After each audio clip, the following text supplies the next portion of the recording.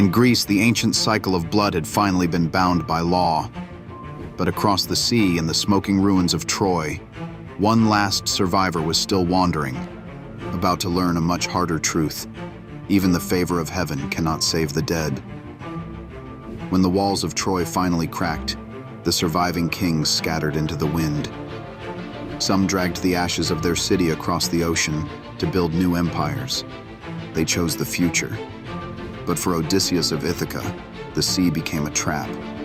He had burned a city to the ground, but the gods of the ocean refused to let him wash the smoke from his hands. His ships were blown off the edge of the known map. His men were hollowed out by monsters, starvation, and salt. He was a king without a kingdom, navigating a world that had stopped making sense. To find his way home, the witch Circe gave him a command that chilled his blood. He had to seek directions from the blind prophet Tiresias. The only problem was that Tiresias was dead. Odysseus was instructed to sail his black ship beyond the borders of the sun. He had to cross the deep, freezing stream of the river Oceanus, where the water did not move like the sea, but dragged against the oars like wet, heavy earth. He sailed until he reached a shore where the light of day had never touched the ground. He did not find a kingdom of fire. He did not find a majestic throne room of solemn judgment. He found only a damp, endless void at the bottom of the world, a place of rot, cold mud, and absolute forgetting. To get an answer from the dark, Odysseus could not simply ask. The dead do not have voices. They do not have minds. To make them speak, he had to offer the one thing they no longer possessed. He had to pay in heat. He had to pay in blood. Odysseus stepped onto the ashen shore. The air was so heavy it tasted like iron. He drew his bronze sword and dropped to his knees, digging a trench nearly a meter deep into the dead earth with his bare hands and the flat of his blade. To open the gates of the dark, he poured the heavy libations required by the old gods. First sweet honey and milk, which curdled instantly in the freezing dirt. Then dark wine, then pure water, scattered with white barley. Finally, he dragged a black ram and a black ewe to the edge of the pit and drove his blade through their throats. The thick, steaming blood poured into the dirt. What happened next was not a quiet communion with the spirits. It was a siege. The moment the scent of hot blood hit the stagnant air, the earth began to boil with shadows. They came out of the fog in their thousands. Brides who had died before their wedding nights, old men broken by toil, young warriors still wearing armor crusted with the dried gore of ancient battles. They crawled and dragged themselves out of the dark, shrieking with a thin, high sound that made the living king's teeth vibrate in his skull. They were starving. The dead have no memory of who they were unless they drink from the warmth of the living. Odysseus stood over the pit, gripping his sword. The king who had broken the walls of Troy was reduced to swinging his bronze in the dirt, hacking at empty air to keep the screaming dead away from the blood. The first shade to reach the edge of the pit was not a mighty king.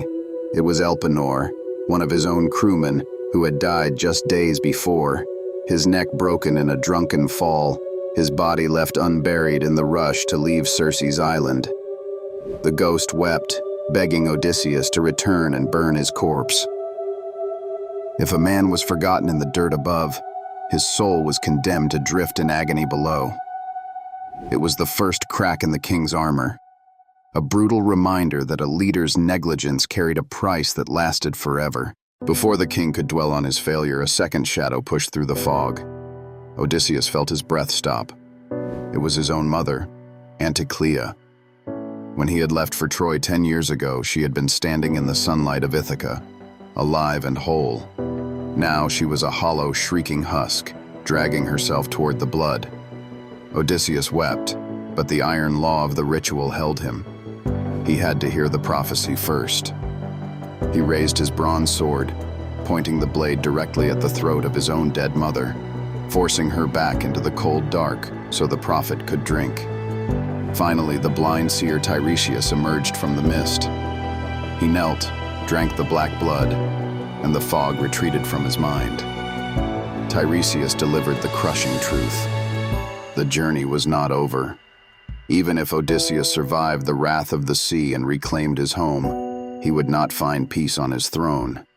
He would have to take a heavy ship's oar, walk inland until he found people who did not know what salt tasted like, and plant the wood in the dirt to appease the god of the ocean. The sea would always be waiting for him. As the prophet faded back into the dark, Odysseus lowered his sword.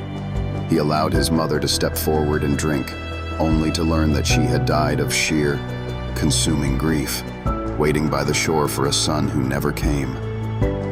When he reached out, desperate to hold her, his arms passed through her shadow 3 times, grasping nothing but cold air. Then came the kings.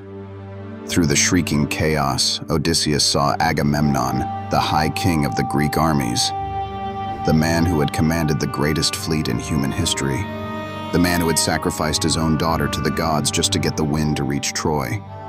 Agamemnon crept forward, drank from the dirt, and wept. His chest was a ruin of dark, gaping mouths where the axe had fallen. He told Odysseus that he had finally returned home a victor, stepped into a warm bath, and was butchered by his own wife like an ox at a trough. The victory at Troy had bought him nothing but a knife in the dark. The victor's prize was exactly the same as the loser's curse. Agamemnon's final advice to the man who won the war was bitter and paranoid. Trust no one, not even the woman in your own bed. The old laws of the earth were failing, but the dark was not finished with him. Out of the gloom strode the massive, brooding shadow of Ajax, the second greatest warrior of the Greeks. Ajax had killed himself in a fit of madness after Odysseus outsmarted him to claim the armor of Achilles. Odysseus called out to him, offering words of peace, begging the great warrior to let go of his anger and death. Ajax did not answer. He did not yell. He simply turned his massive back and walked away into the absolute dark. The silence of the betrayed hit harder than the shrieking of the swarm. The 10 years of war, the burned cities, the pursuit of immortal fame. It was all turning to ash in the cold mud. And then, the shrieking crowd of shades went entirely silent. The swarm parted. The greatest of them all approached the trench. Achilles. This was the man who had chosen a short, violent life in exchange for eternal glory. Achilles had been the greatest killer of the age, the untouchable terror of the plains. He had traded the chance of growing old for the iron promise that his name would outlive the stones of the earth. If anyone had won the old oath of the warrior, it was him. Achilles knelt by the trench. He drank the blood. He looked up at the king of Ithaca. Odysseus, desperate to find some meaning in the slaughter they had both survived, tried to comfort the fallen legend. He reminded Achilles of his unequaled status. He told him that he had been honored like a god in the sunlight, and that even here in the gloom, he must rule as a mighty lord among the dead. Achilles looked at Odysseus. A long, terrible silence hung in the dead air. When he spoke, he did not boast. His voice was hollow, stripped of all pride and fury. "Do not try to comfort me for my death, shining Odysseus," the ghost replied. "I would rather be a paid servant, bound to a poor man who has no land and little grain, than be the undisputed king of all the dead." The man who had defined glory rejected it entirely. The statues did not matter. The terror he had inflicted on the Trojan plains was nothing but dust in the dark. A starving, exhausted laborer breathing the cold morning air was infinitely richer than the most famous ghost in the underworld. Achilles asked only about his son, desperate to know if a piece of his blood still walked in the sun. Upon hearing that his son fought bravely, the ghost of the greatest warrior turned and walked back into the endless gray meadow of asphodel. He took no kingdom with him, only the fading memory of light. Odysseus stood alone by the blood trench. The old oath of the warrior was dead, but the quiet did not last.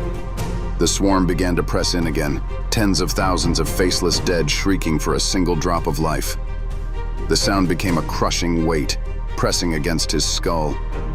A colder dread took hold of him, a sudden freezing certainty that Persephone was about to send the monstrous head of the Gorgon up from the depths to turn him to stone. He did not stay to fight them. He dropped his sword, turned his back on the darkness, and fled toward his ships. The gods who demanded blood in exchange for immortality were liars. There was no glory in dying for a song.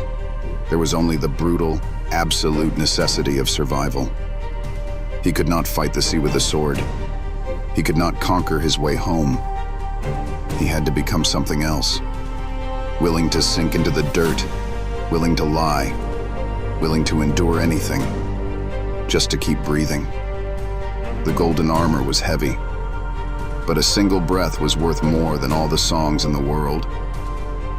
Next time we watch a king learn how to become a beggar and a hero learn how to lie. Subscribe and wait for the reckoning.